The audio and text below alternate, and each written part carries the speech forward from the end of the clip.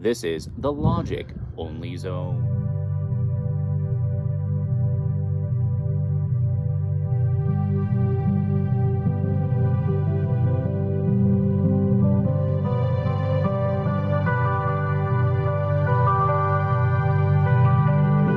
Why societies are at war, what is really going on here. And we're going to use philosophy to sort of break down these conflicts. We're going to look at these issues as an internal psychological, philosophical problem. Conflict is quite complex and an interesting thing. But first, I want to mention Nietzsche.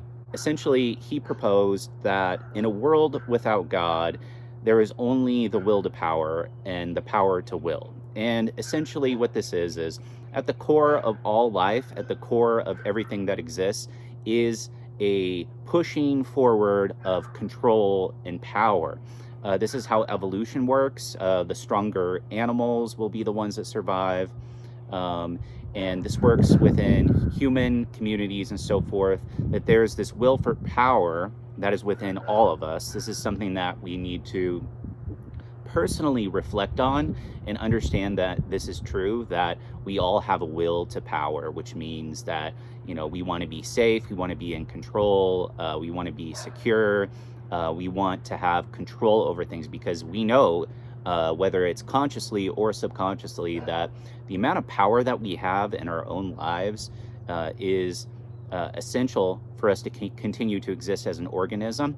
And understand that subconsciously you have an internal drive to maintain your homeostasis. And so what this means is you think that if you have control over the things around you, then this will maintain your body. You're internally trying to survive every moment. You want to continue to exist. This is not something that you're constantly thinking of. The average human being makes 35,000 choices a day, and there's far too much stimuli. Things are far too complex for you to be aware of all of your desires or your motivations. And so this is something very important to think about, that there's a lot going on inside of us psychologically that we're just not aware of, and that we just don't have time to be aware of, or we're not necessarily intelligent enough to be capable of noticing. The principle of will to power, I think, is at its core of all nature, all life. Let's say you're an animal.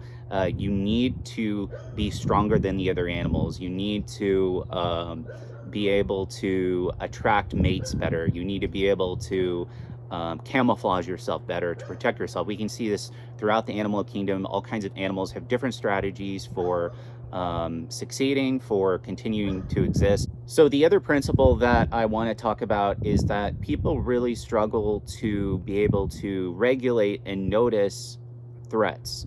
So because of the way that our brains function, we can't sit down and think deeply and really understand if something is truly a threat or not. And so we react out of instinct because we're still animals. Like, human beings are still animals, okay? Like, very important for you to realize and notice. And we react instead of thinking logically and philosophically and really assessing whether something is a danger or not. And so instead, we just instantly react to something that is unfamiliar and just see anything that is unfamiliar as a threat. Now, this is your subconscious trying to protect your homeostasis. So to bring back that principle I just spoke about. Another principle that is a big issue is that human beings have this dopamine serotonin system. They have this specific reward system, and there's ways to sort of hijack that. Okay, so really what that comes down to is novelty. Okay, so people's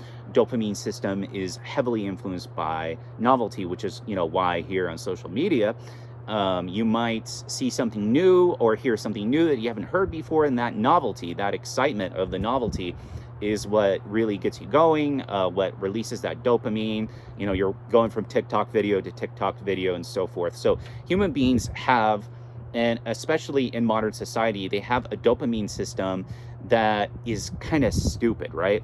So your dopamine system is really stupid. It doesn't understand whether the thing you're getting dopamine from is really good for you or necessary. That's a huge flaw in human nature and human psychology, that dopamine system, it'll go with anything. So it'll be a TikTok or a bagel or a coffee. It does not discriminate any kind of novelty, anything that is interesting or exciting for the conscious. Your subconscious will see that as exciting. You're going to release dopamine and so forth. However, you look at monks, if you look at closed communities, so you look at closed communities, people living together and so forth, they still have things that they get dopamine from, which might be, let's say you're a Shaolin monk. You're getting dopamine from all of the rigorous physical activity that you're doing. You're training to be a fighter or something like that. So you still have to have some way to trigger novelty or growth in some way because of the will to power. In a community, the accessibility of dopamine triggering items or substances or mechanisms can have a heavy influence of how people think and approach to other human beings, whether they see them as a threat or not. You perceive that you need a bunch of different things to get your dopamine. You feel like you don't have access to those dopamine releasing mechanisms. You're going to see other people as a threat. And so in a modern society, like our capitalist society, there's so many means to trigger a dopamine release that you feel like if you don't have a great abundance, then you might not have access to these dopamine releasing mechanisms. Now, you could be like a monk and you could find dopamine release in simplicity. Like, for example, I only own a couple of jackets and I really like my jacket. So I really like my jacket. It's super warm, it's super comfy. Every time I put it on, dopamine release. Because it feels so good and I really like it, and it's my one really warm jacket, right? So it has a little bit more of a closed dopamine releasing system, and what that means is I'm getting my dopamine from very simple things. Like, so even though I don't have abundance, I only have this one jacket, I'm getting dopamine release from this secluded item, from this one item that has more significance to me because I only have the one, and I value it a lot more, and I clean it, I take care of it, I get like, a little brush and get the hair off it and all that sort of thing. But most people, you go into their house and they got all this clothes, they got all this stuff, there's all this stuff going on.